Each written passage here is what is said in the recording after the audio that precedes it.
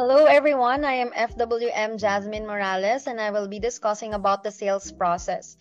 So before we proceed to the actual presentation, it's better that we build rapport with our clients first. Makipagkamustahan muna tayo so that they would feel comfortable talking to us. Also, we could ask for their time allotment for this meeting. Or is this their first time attending a financial consultation or seminar? Para lang mas magka-idea tayo kung ano yung i-expect nila. And natin. Okay, so the first thing that we wanna discuss to our clients is the company profile. So, narinig mo na ba, Mr. Client, si FWD? By the way, just to give you more information, FWD is the insurance business ng isang kilalang investment group na Pacific Century Group. So, kilala po yan ng mga investors. And matagal na rin siya dito sa Philippines. 10 years na siya. Siya po ay based sa Hong Kong. And kung matatanong niyo ako guys, si FWD ay kilala din po sa ibang Asian countries. May visibility siya sa Japan, Thailand, Singapore, Cambodia, and so many more. Number 2, in the most number of MDRTs in the Philippines. So, MDRT, ano po ba ito? $1 Million Round Table. So, pag naging MDRT ang isang agent, means that parte po siya ng top 3% of financial advisors worldwide, not only in the Philippines but worldwide. And FWD is really committed in producing quality financial advisors so that we could also service our clients better. More info pa guys, alam nyo ba na pag pumunta kayo sa Security Bank, mga products and programs ni FWD ang i-offer nila. Kasi si Security Bank ang ating partnered bank, no, in advocating about financial literacy. Okay. One more thing that I'm very proud of. Out of all the insurance companies in the Philippines, top 3 na po si FWD. And this is based from the data na nilabas ni Insurance Commission as of December 31, 2023. So imagine guys, 10 years pa lang siya, pero the company is really doing well as if matagal na siya dito, no? As if 20 years na rin siya. Kasi marami na siyang mga nalagpasan na mga ibang insurance companies na mas matatagal sa kanya. Alright, enough about us. Let's talk about you, Mr. Client, para mas malaman ko kung paano kita matutulungan. Ano ba ang mga goals mo in life? I-list natin yan. Okay, so guys, you can be specific sa mga goals ni client dito because syempre gusto ng client na pinag-uusapan din yung sarili nila. Okay, so pwedeng ang masabi nilang goal is gusto nilang magkaroon ng financial security. Okay? Para naman hindi all this time na nagwo-work sila is masasayang pala because mapupunta lahat ng pinaghirapan nila sa ibang gastusin. Okay, financial freedom. Okay, para dumating man ang panahon na sana hindi na sila nagwo-work, no? Pero meron pa rin silang panggastos. What else? Maybe meron silang mga gustong pag-ipunan talaga sa buhay, no? Property. List din natin yan. Property, or maybe sasabihin nila sa'yo, gusto nila travel fund, or maybe sabihin nila educational fund kung may anak sila, o business. Okay? Basta gusto nila na mag-start ng mag-save and invest. So, ilista natin yung mga specifics nun. Okay?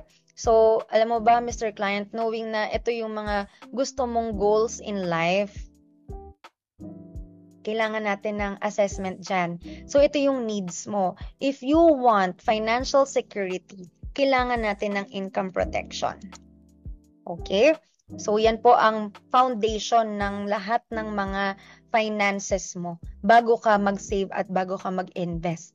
Okay? Financial freedom. So, syempre, gusto naman natin dumating nga yung araw na kahit hindi na tayo mag-work, meron pa rin tayong panggastos for our needs. So, kailangan natin ng retirement fund.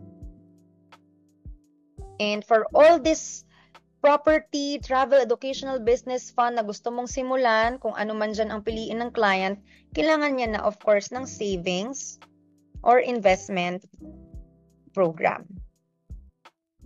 Okay. So, Mr. Client, knowing na ito po yung mga kailangan mo, based sa mga goals na binanggit mo sa akin, I will share to you this proposal. Okay. So this is just an example, no? Sample proposal lang siya. So this is a 10-year plan na pag nag-save ka ng 6,885 pesos per month, you will get the financial security na gusto mo, yung income protection, because you will be covered with the life insurance na 2 million, total and permanent disability, critical illness benefit, and accidental benefit. So kapag may mangyari, meron tayong makukuha from this plan.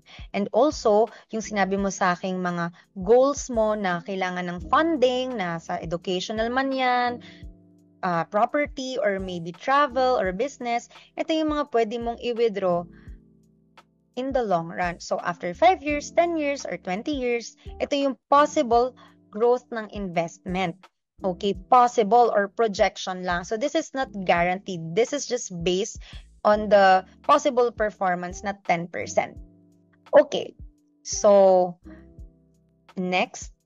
Okay, so ito po, Mr. Client, yung magiging possible growth ng money mo over the years. So kung makikita mo dito, ito yung policy year, gano'n nakatagal yung plan. Ito naman po yung age nyo. And ito naman yung basic premium. It means that ito yung money mo na napupunta pang budget sa insurance and investment. Okay, so kung makikita mo dito, meron siyang bonus, no? Now, when you start on your first year, may ibibigay si company na additional bonus pag pang-invest. And of course, ito po yung amount allocated to fund. It means that ito yung money mo na binayad on your first year na pinang i-invest. And what's good thing about it is kapag dumating po yung third year na ng plan, yung lahat ng iyong payment for the basic premium will be allocated pang-invest or pang-start na dun sa mga gusto mong goals fund. So, ito naman po yung performance ng investment mo kung ito ay 4%, 8%, or 10%. So, kung positively 10% ang maging performance ng fund mo after 10 years, nasa 1 million na rin ang pwedeng withdrawin.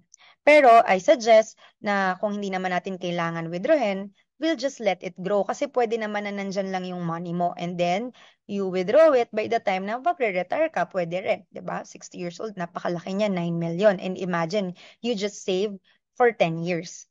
So, pwedeng mas mataas or mas mababa sa 10% ang maging performance ng investment mo. Okay. So, as financial advisors, dapat clearly na-explain natin sa client kung ano nga ba ang insurance.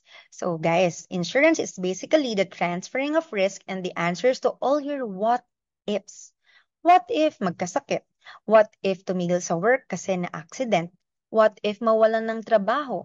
What if tumanda na? What if mamatay na? Ito po yung benefits ng pagkakaroon ng insurance. If you get sick, if you get into an accident, if you become disabled, if you need educational or retirement funds, insurance will pay you. Okay. So, let me guide you with a solution. Ito po kasi yung ayaw naman natin sanang gawin o mangyari, di ba? Number 1, withdraw your hard-earned money. So, all this time, nagtatrabaho ka for you and for your family. Nagsisave ka, nag-i-invest ka. Pero ayaw naman natin dumating sa point na i-withdraw natin yung savings na yun para sa mga bagay na hindi naman natin pinagplanuhan, like sickness, accidents, and death. Of course, ayaw din naman natin dumating sa point na mag-a-ask tayo ng help sa social media. Because syempre, meron mang donation o wala, gusto natin, kaya natin. 'Di ba? Next, ask help from family and relatives. Syempre guys, may mga sarili pong buhay. Yung mga pamilya, yung family natin and also yung ibang relatives natin, nag-iipon din sila for their goals. Next is liquidate your assets. So gusto mo ba yun na after all these years na nagpundar ka ng bahay, ng mga properties, kotse, and all the investments, gusto mo ba ibenta sila para maging cash, para lang maipangbayad ka sa mga unforeseen situations? Ayaw naman natin dumating yung mga ganitong situation sa buhay natin, di ba? So what we can do is invest in VUL. Okay, so VUL, ito po yung program na may kasamang insurance at investment plan na. So, for as low as 3,000 pesos monthly if you will compute para lang din po yung 100 pesos per day. So, 36,000 in 1 year. Ang pwedeng maging benefits ay meron ka ng accident, disability, critical illness, and death benefit. Okay. So, paano naman po if wala namang nangyayari? Healthy naman si client. Hindi naman din siya nakaka-claim from all these insurance benefits. Okay lang. Kasi a part of your money is invested na po. So, okay. Ito naman guys, it will really show na yung VUL plan is not just for you, it's really for your family. No? Kasi, syempre, someone has to pay kapag may nangyari sa'yo. So, gusto mo bang maapektuhan din yung iyong family member pag may nangyari sa'yo? So, there are different plans na papasok based on your goal, your budget, and also your target, no, na gustong benefits. All right. So this is the investment side naman. Ito yung projection again. Okay, based on the budget of the client and based on the length of time na invested yung kanyang pera.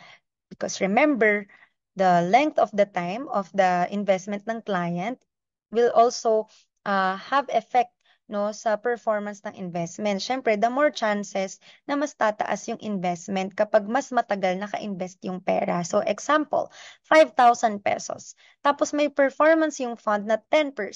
The possible investment growth is nasa 2 million or around 2 million. Okay, so this is the time that we ask our clients. So, Mr. Client, yung mga present ko ba sa'yo, sa tingin mo, is this something that will benefit you? Knowing na sabi mo kanina gusto mo ng financial security, financial freedom, and all these goals fund. Tapos ang solution ko is makapag-start ka na ng program na may kasamang insurance with investment plans. Pag sinabi ni client na yes, then Mr. Client, let's start today. Let's start today habang ikaw ay healthy pa, habang ikaw ay bata pa. Kung hindi naman bata si client, let's start today kasi pwede pa as long as you are insurable. I can compute a specific plan depending sa kung anong gusto mong budget or goals or benefit. All right. So thank you so much, guys. Just in case you have any questions, you can reach out to your recruiters and your financial wealth managers.